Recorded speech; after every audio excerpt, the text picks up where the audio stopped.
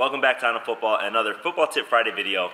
Today, we're going to be learning about 5 things that you can do to be a better DB. So I'm here in Dallas with Clay Mack. He's the founder and DB skills consultant for Clay Mack Skills. He played football at Mississippi State, freshman All-American. He trains DBs and linebackers at all levels all over the U.S. I'm Clay Mack. I work with guys like Jamal Adams, Tre'Davious White, Marshawn Lattimore, Sidney Jones, Jalen Mills, Shamil Gary, Christian Bryant, Jeff Okudah, Anthony Cook, Verone McKinley, and the list goes on. So obviously, he knows what he's talking about. We're here with the expert. In the description, I'm going to put his Twitter, his Instagram, his YouTube. Definitely click and follow along below. So what are the 5 things that we're going to cover off today? Today we're going to cover stance, coming out the break, press man eye discipline, and also off man eye discipline. Cool. Let's get started. Let's go. Okay, the first thing we're going to work on today is our stance. Okay, I think the stance is the most important thing as it relates to eventually transitioning to your break.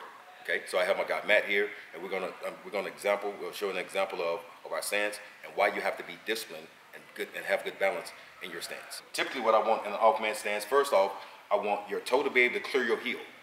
Mainly, I want the toe to be able to clear your heel because for your long guys and your more tall guys, everybody want a tall DB now. You don't want to be crunched up in your stance. Okay, so you want to be able to elongate yourself in order to be comfortable. Okay, so Matt is a tall guy. He's 6'1.5", right at 6'2". So this is a perfect example for a guy like this. So let's go with what I call L1, which is your left foot is up. Okay, so I put your left foot up, exactly. Now make sure that your right toe can clear your heel. Okay, now with that said, now from here, what I like to do, I like to start out by bending at my waist. Okay, now I know a lot of guys want to say, you don't necessarily want to bend at your waist, you want to bend at your knees. But the deal is, you're not going to be able to bend your knees and stay in that same stance for 4 quarters, okay? So you want to be comfortable. Also, as you bend your waist, your knee automatically unlocks itself anyway, okay? So I want to start bending at my knees from here. Let's go ahead and just bend over just like you're tying your shoe, okay? So bend over just like you're tying your shoe. There you go. Now reach down to your toes. There you go. Now I call this tapping. Okay, now from here, it's cosmetic from here, okay? Now I want to loosen my hands up, even them out. Now, cosmetically, I want to bring my hands up and bend my elbows and put my fingertips even with the side of my knees. Okay, there we go. Now, from here, I want my chest slightly up just a little bit, okay? So that way, I want to have a propelling type of motion, okay? That way, I want to be able to come out my break into a drive phase, if you will. Also, I want to make sure that my knee and my ankle is right in alignment with each other, okay? So from here, look like Matt leaning just a little bit. Okay, so what I want to do is, I want to bring Matt forward just a little bit. Have you noticed? His toe kind of smashed down a little bit. That let me know he's not leaning anymore. Okay, one of the last things I like to do is lock my butt out. Okay, so lock this out. There you go. Now, hands are set. Knee and ankle is right in alignment with one another. Okay, chest is slightly up. Okay, chin is slightly tucked. Okay, now we're in an explosive motion. Now, last thing, make sure our back heel is flat. Okay. Now we have good balance now, okay? Now from here, I go around and I check my guys. So let's do a stance check, a balance check. I tap them here, make sure we have stability. I go around, tap here, tap there.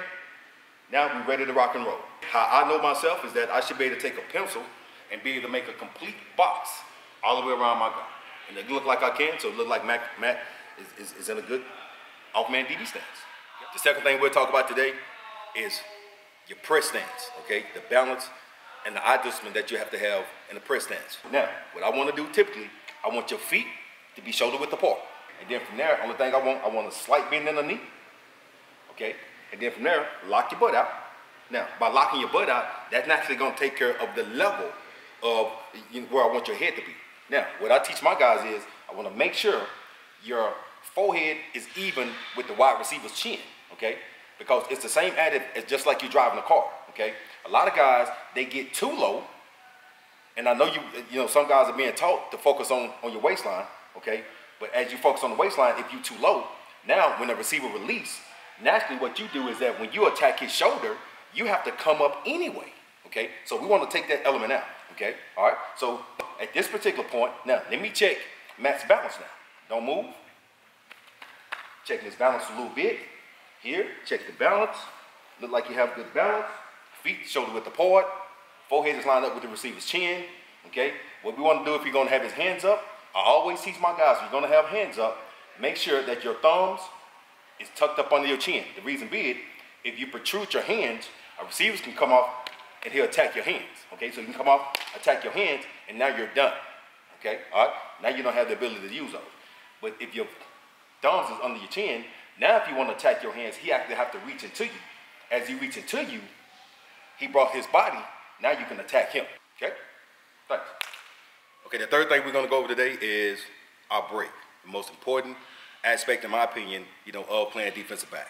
So we're going to go over, being efficient in your break, and understanding, why you need to plant point drive, and the efficiency and why you need to do it. Okay, all right. So let's go with my guy Matt. Okay, now let's start off with a good DB stance. Okay, there we go. Staggered feet. Make sure that toe, bring that foot up just a little bit.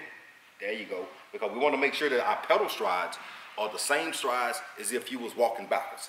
Naturally, every time you walk backwards, your toe naturally clear your heel every time you're walking backwards. The only difference between you standing up walking backwards and you backpedaling is that the fact that you're bent over. That's the only difference, okay? Now, with that said, once we get through that phase of it, and then we start to pedal, okay? Now, we want to come out of our break, okay? Now, we're coming out of our break. What we want to do is make sure that our toe is always clearing our heel when we come out of our break. A short break step is going to make me pop up, okay?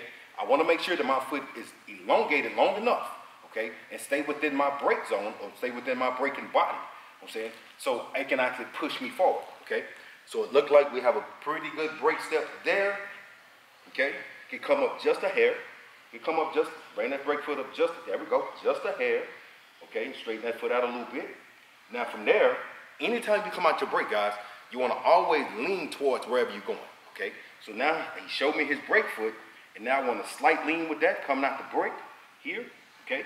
Now, also, when you come out the break, the foot that's coming out, or the foot that's breaking, I want to correspond the hand on that side to push forward as if you're shaking somebody's hand or you're pulling a rope. Now, front foot should go up and straight back down. There you go. Now, let's do it without a rock, okay? So instead of rocking backwards, I want to go here, here, up, down, okay?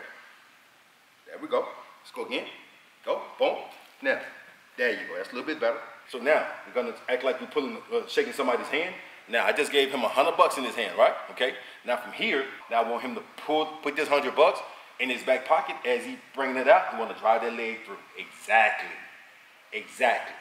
Now, next topic is, and one of the most fundamental things that, a lot of guys, really kind of have some mix up with and some problems with is off-man coverage and the eye discipline and some of the key points the way you want to focus on as it relates to off-man coverage. Okay, so what we're going to do is an off-man stance. So let's just say you're wide receiver in the off-man stance, okay? Back up just a little bit. And let's just say you get in the wide out stance, okay? And let's just say like if you was, just do your hands, just give me a running motion, okay? So if I'm a DB, if I'm watching you and you approaching me off-man, two things I can look at, okay? Either I can still look at your vocal cord as you approach me, okay? And I like to kind of preference this kind of based on down and distance, okay? Yeah. If I'm in a sense of urgency, okay, I want to kind of look at his inside hip, okay? The reason I want to look at his inside hip is because if this the ball on this side, as you approach me, if that's the sideline, okay, the majority of the time, a receiver and a coordinator want to coordinate the routes to where the receiver is always coming to the lane or to the vision of the quarterback because that's the easier throw. Now, if it's a longer down the distance, I don't have to be as quick as far as my read, okay? All right? Now, I can look at his vocal cord and just read his vocal cord, you know what I'm saying, from there. Because even if he come up and then he start giving me, you know what I'm saying, some shimmy, if you will, or whatnot, the thing that shakes a lot of guys, a lot of DBs, is the shoulders for the most part. The head action and then the shoulders for the most part. But think about this, between the shoulders and the head is his neck, okay? Some of the weakest muscles that we have in our body is our neck. If his neck moves, the rest of his body's moving. Those are some of the key things that I want you guys to be really, really honing in and paying attention on, is making sure that you read either his vocal cord or his inside hip, okay? And that'll tell you, because even if he's running an outside route, now it flip-flops, okay? So now if he's running an outside route, if that's the sideline, this hip here is gonna be the slow hip per se. So you see this hip here disappeared, and this hip here came to you last. Those are 5 things that you can do to be a better DB. Thank you for showing me those. I think the plant point drive is probably the best tip that I've ever heard in my life. Definitely gonna rewatch this video, make sure that I know everything that I can do to be a better DB. So remember, look in the description, follow ClayMac Skills on Twitter, Instagram, and YouTube, Snapchat. And if you like this video, remember to give me a thumbs up, subscribe, and I'll see you guys next time. Bye.